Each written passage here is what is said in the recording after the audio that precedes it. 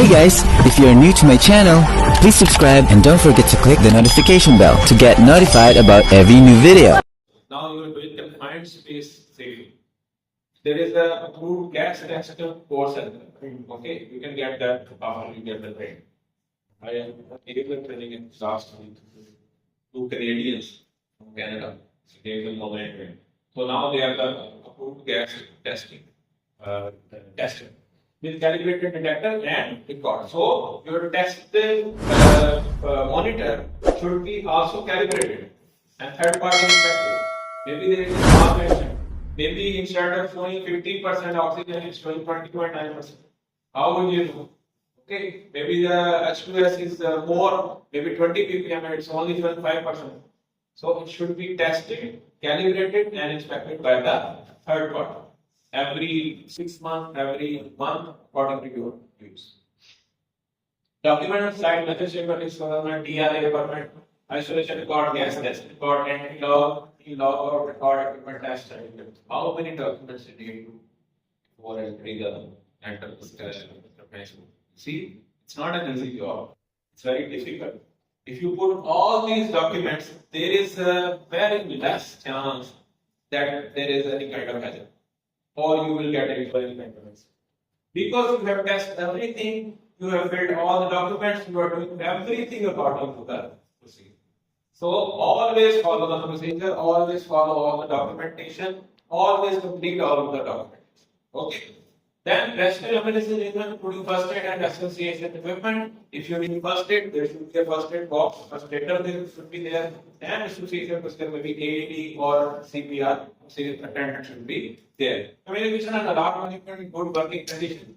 In case of emergency, there should be communication and alarm procedure to call the emergency. Okay. Fire safety arrangement, fire extinguisher, fire hose reel, everything required for the fire extinguishing procedure.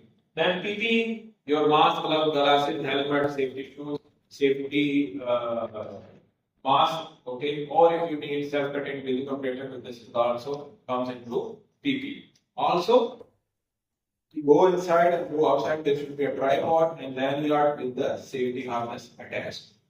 Then toolbox tasks on hazard and what to do in case of emergency. So before you start an entry, there should be a toolbox task, like what kind of work you're going to do, what kind of PPE you require, what kind of emergency procedures are there in place, and what kind of gas testing procedure you have to follow. So everything should be in that TB. Enter the space and proceed with work. An attendant shall be posted near the entrance for the duration of the work. He shall be in a constant communication with the entrance while the job is in progress. He should be always communicating with the entrant, the attendant. Okay? You should be in contact with him all the time by wireless walkie-talkie. Okay? There should not be stoppage of communication at any cost, at any time. They should be connected with each other all the time. Everything he is doing inside, he should tell him. Everything he is seeing, he should tell him. When there is a stop, it means something bad. Okay, so it should be all the time they should be connecting with each other. All entrants shall sign the sign-in log when entering the space and sign out when exiting. So before entry, he should put his name, number, and time of entry, then sign. And after coming out of the space, the confined space, he should put their name, number, and time of the date and time when they came out, and sign and log it off. Then the attendant shall maintain the permit and sign in log for the duration of the work. So that it is attendant's job. He should have that paper, and he should take all the name and documentation from the attendant. He should be responsible for the login and logout. Entry supervisor must issue the confined space permit. It's his job to issue the confined space permit. No hazards. What kind of hazards related to confined space? Verify that all tests have been conducted. It's the supervisor's job. Okay, you will do the test, but you will give him the record of the testing. Then verify that all procedures and equipment are in place before signing the permit. Safety harness, breathing apparatus, PPE, equipment which you are going to use inside the confinement, they are good, well inspected and third party inspected. This is work supervisor's job. So he will check everything. Terminate and if necessary and cancel permit. If anything is missing, he can terminate the work permit and your entity as well. Verify availability of rescue service and means for summoning. Rescue services are there, or if we need to call them, we should have a mobile phone or any alarm system. Remove unauthorized individual. Everybody who is not authorized to work in the confined space or be there at the moment, tell them to go away. Only authorized person will stay. Terminate entry if necessary, cancel permits, coordinate shift change. If shift is changing, he has to coordinate. He has to tell the new shift that what kind of procedure we have already done and they have to do the procedures again. Okay, they have to maybe renew the work permit after doing the gas testing and checking all the equipment. Training and emergency drills should be conducted once a year or whenever the procedure or process changes. Record for training must include name of employer, signature of trainer, dates of training, and must be retained for 3 years. Okay, so training and emergency drills for confined space. If you are working with confined space regularly, then you need to do the emergency drills as well. In case of H2S release, what should we do? In case of livable gases, what should we do? In case of somebody get unconscious in the confined space, how to retrieve him? Okay, how to call the ambulance? How to do the fire emergency drill? Everything should be there. Also, record for training must include name of the employee, your name you took the attendance sheet, right? Signature of the trainer, I signed the training attendance sheet. Then date of the training, which mentioned in the certificate. Then must be retained for 3 years. You have to do the renewal every year. Okay, but you can keep it for 3 years. It is valid. Anytime a limit is exceeded, no matter what the reason, all personnel shall exit the space and no other shall enter until atmospheric conditions are attained to safe level. If any limits exceeds, for example, oxygen level should be 23.5%. Now you are already weighing the gas meter and suddenly it's go for 24%. What will happen? Anything can happen. Gas explosion, flammable gases, explosive combustible gases involved. Then you have to retrieve yourself. Immediately go out. Or SPX level is 10 ppm. Suddenly it goes to 20 ppm. Without waiting or without telling anyone to just go out. The explosive gases or flammable gases go more than 5%. You are wearing the monitor. Suddenly you start beeping. It means something goes more than its limit. So you have to just retrieve yourself, inform the person, and just leave the area.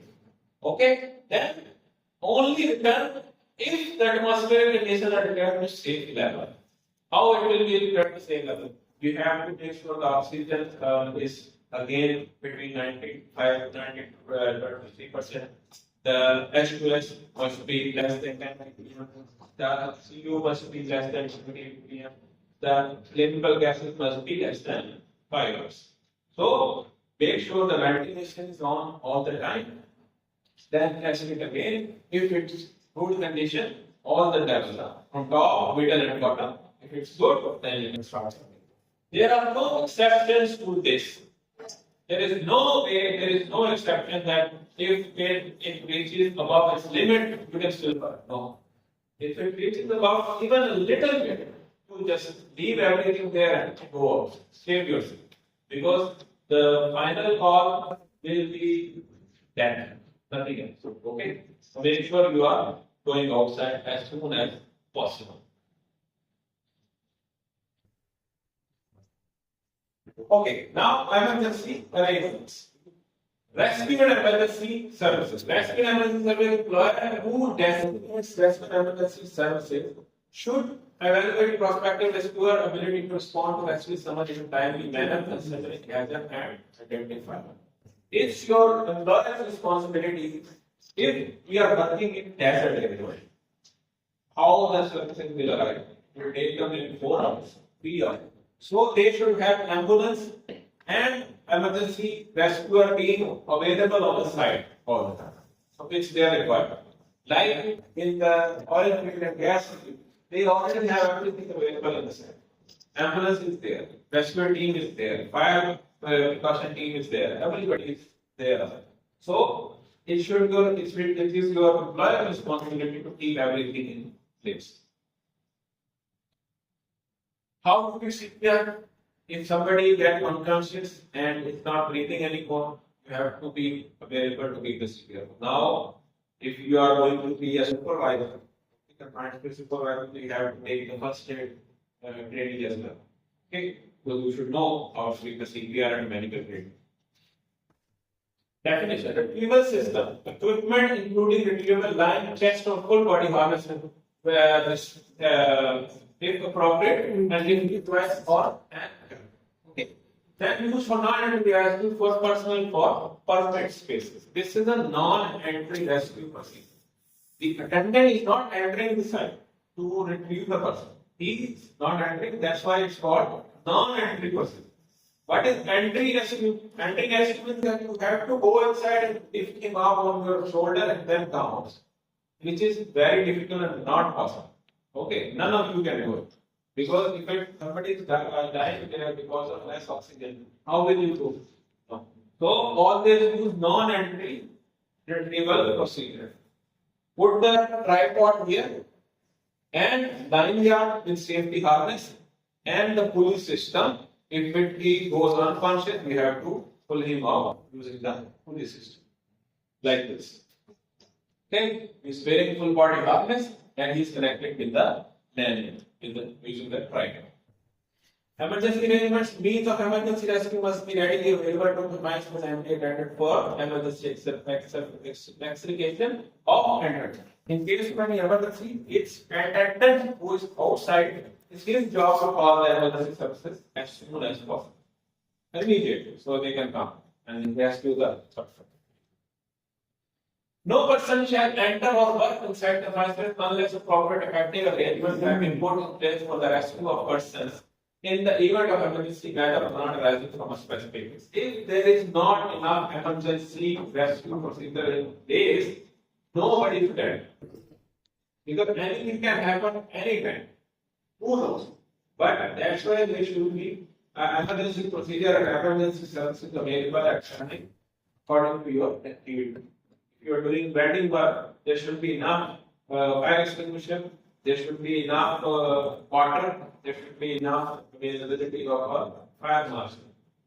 Okay. If you are doing standing work or any gas work there, okay, welding work or anything else, then the emergency services should be according to your work, not overall, specifically according to your activity. Rescue equipment available on site are tripod and winch, which is very important if you are working in a confined space. It's very suitable for non-entry rescue procedure. Okay, you need to have a tripod and winch. Rescue harness for you and for the person. Rescue pulley, trigger and lifeline. Self-contained breathing apparatus. If you are wearing a self-contained breathing apparatus and you have enough oxygen, there is no chance that you will die of suffocation. Or there is a problem for you in case of oxygen deficiency because you are wearing your own oxygen supply. Right. Another thing, rescue pulley, trigger and lifeline should be there. Tripod should be there and rescue harness will be. Okay. Now there are three types of rescue. First is self-rescue. You find oxygen deficiency when you enter. You find you are breathing very heavily. You are having poor judgment. What you will do? You will calm yourself. What is it called? Self-rescue. Okay. You save yourself and this is called self-rescue. Then non-entry rescue. Using the tripod stand and then pulled out by attendant safety watch or alarm. So you are the entrant and you feel unconscious. Okay, you got dizziness, you start mounting, you called for help, and the attendant outside just pulled them through the tripod using the pulley, and he came out and called non-entry rescue. Okay, because nobody entered to get you out. So this is called non-entry risk.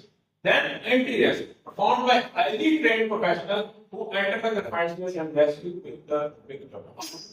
So example, you went inside and you got unconscious. Okay, but the person, because maybe your oxygen cylinder malfunctioned, your oxygen is finished from your cylinder and you didn't know, or something stuck inside the gas pipeline.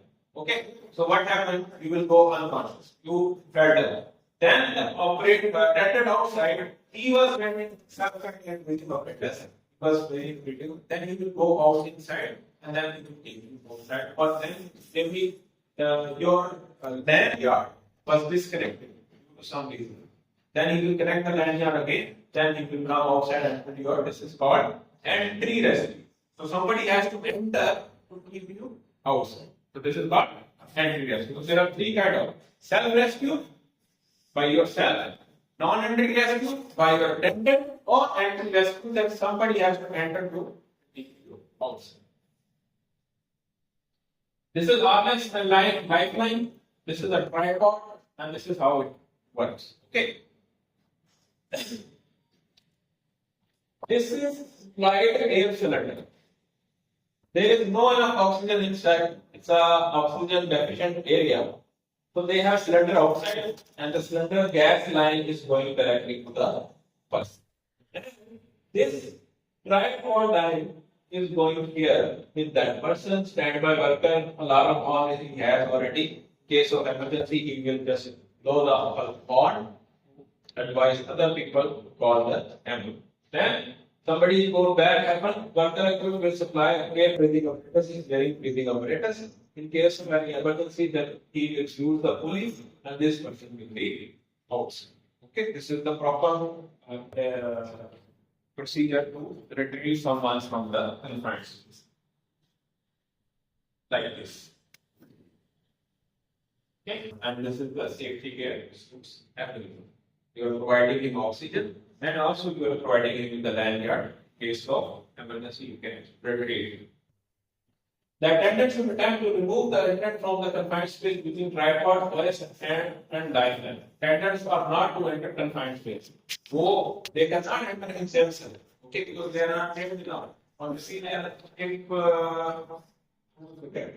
Mr. Vijay, he is inside, he is too heavy, right? How Vishal can retrieve him? How is it possible? Okay, so they should wear a lifeline lanyard with the tripod. Only then they can pull it with the like this. Okay? Pause and stand by person. So there is a entrant, there is a attendant, and there is a supervisor. All three are there. So anything goes bad, then you have to pull him out. So the responsibilities. The entrant is the person who enters the confined space. It's his responsibility. Enter the confined space, check everything, and do the work activity inside the confined space. The attendant is the person who stays with the entrant outside the confined space and is responsible for assisting the entrant in exiting the confined space and calling for emergency when it's required. So it's the attendant responsibility to make the entrant and entry, do the entry safely, do the exit safely, and in case of emergency, he will call for the emergency service. Then the entry supervisor is the qualified person who evaluates the hazard, prescribes required equipment, and precaution against the confined space entry permit. So entry supervisor is responsible for entry permit. He will check all the things are taken. Okay, all the precautions have been taken, all the equipment is in good condition, everything is good. Now the person can enter.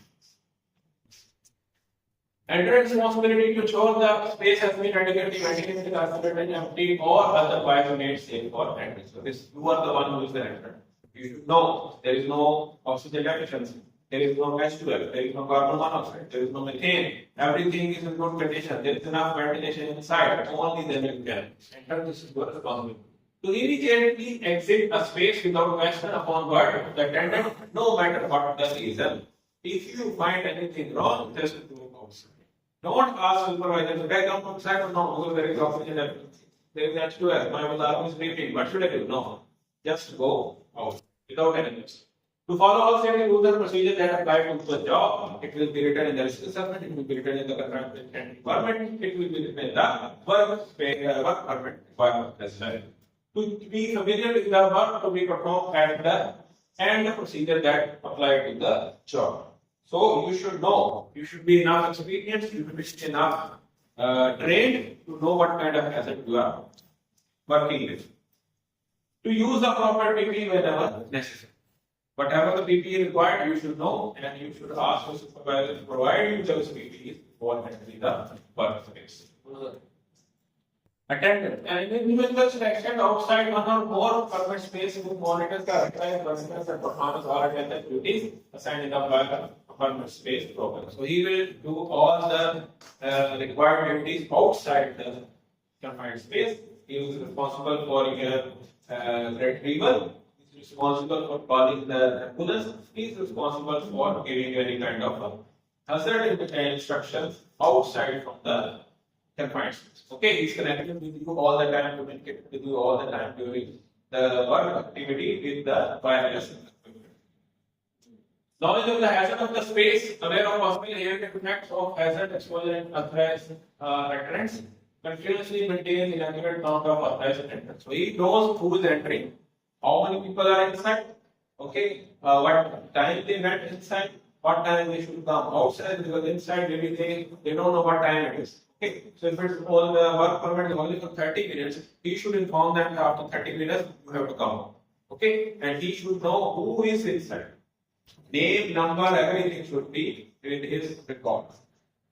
Remain outside the space during operation until relieved by another attendant. All the time, the work time should be all the time outside the confined space. You cannot go for washing, you cannot go for smoke break. You cannot go for a lunch break without telling anybody or without somebody retaining you from your duties. If somebody is relieving you from your duties, only then you can go. And you have to inform the entrant that I'm going and new guy is here. Okay, then you have to then communicate with authorized entrants, monitor the activities inside and outside the space. You have to monitor the activities outside and also the inside. So you are connected with the person and if they are the supervisor in case of any emergency. Someone rescued other organizations perform monitoring rescue as specified by the lodge rescue procedure. Perform no duty that might interfere with the monitoring and protecting the end. Okay, don't be on the phone all the time. Don't watch videos. Okay, be active and be communicated all the time with the entrant. Asking what is wrong, what is going on, what is the problem. Quiz. Which of the following needs to be filled out and is maintained by the attendant to record the time of entry and ensure training requirements are met? Entry log sheet, risk assessment, lotto certificate or clearance certificate? The entry log sheet. Okay? This is the answer. Okay, this is supervisor responsibility. He will check everything. Because he is issuing you the permit, no? So he will check everything. He will check your breathing apparatus, he will check your PP, he will check your lanyard, he will check your tripod, he will check all the gases are tested. Everything on the work permit is ticked and everybody is trained enough to do their job. So this is just your supervisor responsibility. To ensure adequate protection is provided to the entrants by verifying adequate darkout, effort and all hazards are security assured. As I said before, it's all his job because he's the one who is giving you the everything he has to check. To support the attendance authority in controlling the access to the confined space, he should check the attendant outside. Is he qualified? Okay, we cannot just go to the office boy as an attendant. No, he should be trained as well. So this will be checked by the supervisor. Verify that our person have exited prior to closing the space. Do not close the space if the person is already inside. Okay, so this is his responsibility. Before closing the permit, he should know all the equipment is outside. The work has been done. All the workers who entered the site is already outside. Only then he can close the permit. To ensure that our person is aware of the hazard associated with the space, The person who are going inside and the attendant should know what kind of work they are doing, what kind of hazards they can face. This is your supervisory responsibility. Give them proper TPT, induction, risk assessment training, and method statement training as well. To assure that rescue services are available prior to entry. Okay, rescue services are there inside. Rescue material, rescue equipment is there on the side. First aid material kit, first aider is there before entering the apartment. Okay. Which of the following is not confined space? Pit, trench, office room, or main hall? Office. Yeah. Very nice. Which of the following is not part of definition of confined space? ये पहले भी हो गया. क्या था जवाब? Electrical shock. Area of electrical shock. Which of the following is not the basic method of confined space? Asphyxiation is the hazard. Flammable material is the hazard. Combustible or toxic material is the hazard. But electrical shock can be done anywhere. This is not part of the confined. Then, which of the following needs to be filled out and maintained by the attendant to record the time of maintenance? It's the same. When the job is done, job is finished. Okay, now remove all person all the who are inside the confined space should go outside. Tools should be outside, and debris from the space sign off the door. Any material, any garbage which you produce inside should be cleaned outside, and then sign off the door. Everybody should sign off that I have completed my job and I am now completed. Close the space with the cover, with the door, whatever it is. Cancel the apartment. Apartment should be cancelled. If you are going to do again, you need to require a new person. Yes. Review the job with the loss of force employer has a problem, other employer. After completing the job, you have to give remarks. What kind of problem you have to face? What kind of hazard was there? How much is the oxygen deficiency? How much is the oxygen enrichment? What was the H2S rating? What was the CO rating? What kind of problem did you have? Did the scaffolding inside was good? Did the ladder which you used inside was good? Everything you have to mention in the remarks or to the your manager. So next time they will take care of it. Okay? You have to check, be careful before entering the confined space.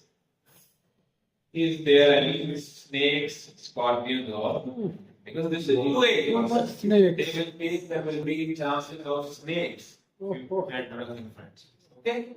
After you enter a confined space, there is no snake, no light, and you enter inside. Now what will happen? Yes, you will be dead. Any questions?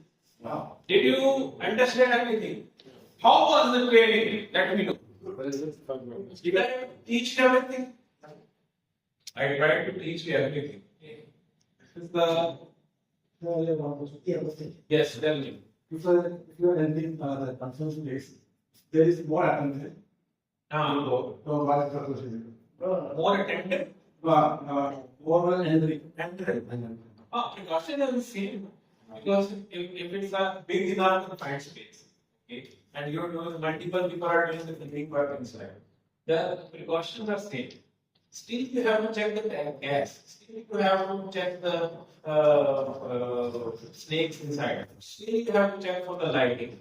Okay. Still, you have to check the entry is good enough. The ladder is good enough for 4 persons. Okay. And only go step by step 1 person at a time. Do not go on the ladder same time 4 persons. No. Maybe it will not take your weight. Okay. The precautions are same. Whether it is 6 person or 7 person or 8 person. If it can contain 8 person, it means it's not a confined space. Depends upon the area. Area. If it's an area made for 8 person entry, it means it's that kind of confined space which can contain 8 person. So it will be built different. Then the entry permit requirements will be according to the 8 person. If there are 8 persons inside and all of them they are suddenly unconscious, how will you bring them outside? It's very difficult. So it should be attendant must be 10. Emergency services should be there.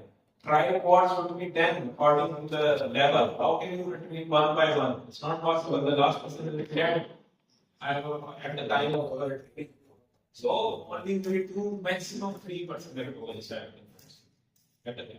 It's not possible that 10% will go. Or if the 10% are going, there should be 10 and 10 tripods. And everybody should be contained with the safety harness and the line. So you can bring them even 10. It should be 10 attendants. 2 supervisors that way. Okay? So this is how it works. Anything else? Nothing is good. Everything is understandable. Before you go to any confined space, what do you have to do first? Tell me. What are the precautions?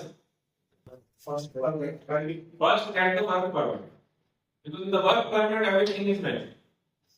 Okay? And if something is missing, you have to mention. Okay? If there is a confined space made of chemicals, okay, and many chemicals are corrosive, and you are wearing half of a t-shirt, what will happen? It will burn your skin. So you have to need to get a full body cover. You have to tell them that I am wearing a half of t-shirt, how can I go inside? Okay, this is the thing. If you have a previous condition of asthma, somebody can have asthma, right? So how will you use the self-containing defibrillator? It's not possible. You will be dead. You have to tell them that I have this condition. If you have any electrical reaction to some materials, you have to inform them first. This is your job. Because company will not know how many that you have asthma. Nobody. Nobody knows. How many of you know already that you have diabetes? Nobody knows. Okay? Because it's a 12:30 to 3 p.m. break, right? So, due to heat, be more in the, dehydrated, hydrated. They started giving them glucose. And they didn't know that 3 of the workers are already diabetic. All of the 3 just go into coma.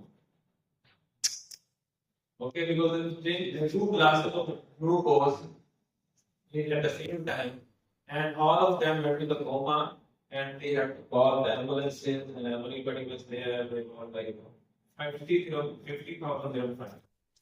Okay, and the people, all of them were back now. After 3-4 days, they came back, and they are good in good conditions. But this is the thing which you have to tell, inform your supervisor. This is your job. Okay? If you are going to take glucose, you should know that you are diabetic. Right? If you are having any electrical reaction, if you are having any asthma condition, you should inform your supervisor that I am having this condition. So, in this kind of situation, he will never send you to the confined space. So, you have to inform. Okay, sir? Anything else? Nothing?